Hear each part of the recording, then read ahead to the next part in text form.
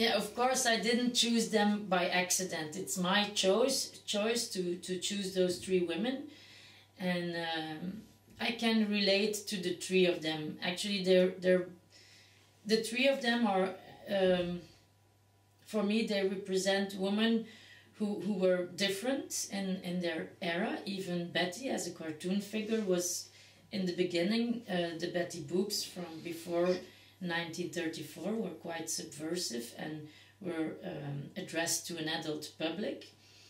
And Betty Boop was ahead of her time. She was the first female cartoon figure who was actually also a sexual woman, even although she's very playful.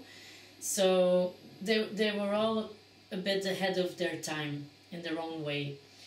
Of course, Hildegard is the most interesting one, maybe, because the fact, yeah, she only gives over to her talents when she's already 43, because she was very insecure. So in a way, it's also about the identity crisis of an artist,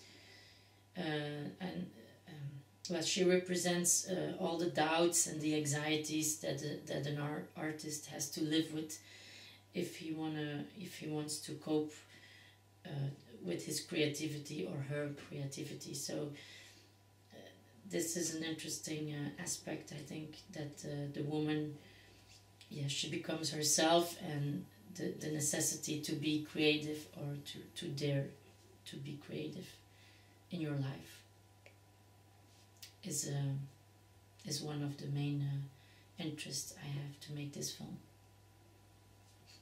When do you think you're going to start production? Well, we're gonna first. I have now a development fund, so by the end of April we're gonna film. We're gonna have rushes, and then now we're in the rehearsing phase, and then there's gonna be some post-production in the month of May, and then we're gonna go for July for a production fund, so for the whole movie. Because first, as you know, I like to work on visual style. Is also an important aspect for me.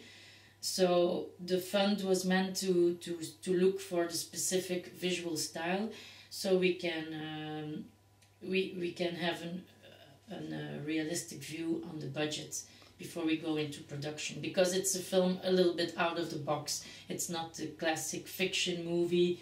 There's a lot of improvisation and things that are left open.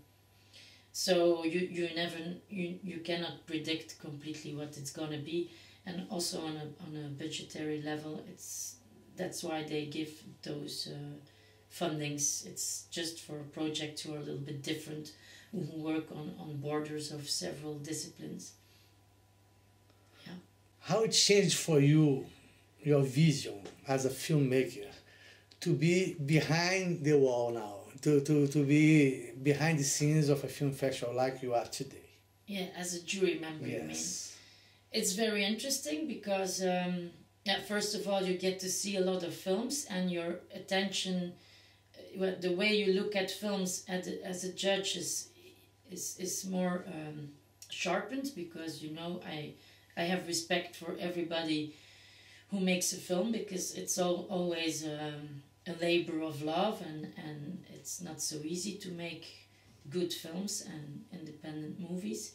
So yeah, it's a responsibility, so I do my best to be honest with myself. So you look in a more focused way even than as a spectator. And it's sometimes difficult, because sometimes you have to judge. It's like you have to compare very different approaches to filmmaking. Like, sometimes you are confronted that you have to judge films who have a very different purpose or premise. Like, you have to compare oranges with apples, to say so. So this sometimes is difficult, but it's, yeah.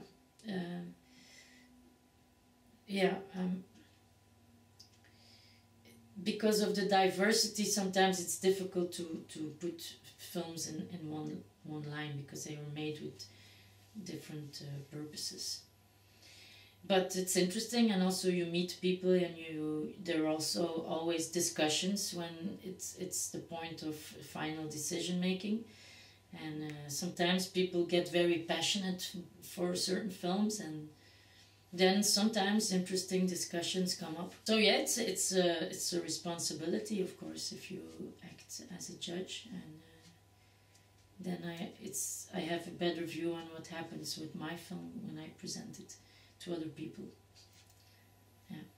And do you think that will change the way you're gonna make your next film? I don't think so. No. Why?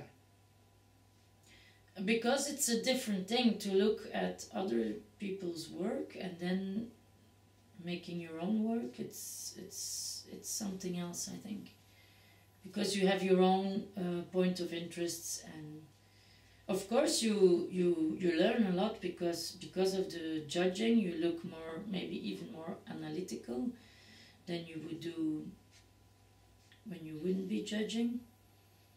But no, I don't. Of course, everything can affect you, but it's not really. Yeah, when I develop an idea or a concept, I really start from my own universe. I try to. Of course, you always have influences, but of course you grow and you get a better eye on things the more films you see.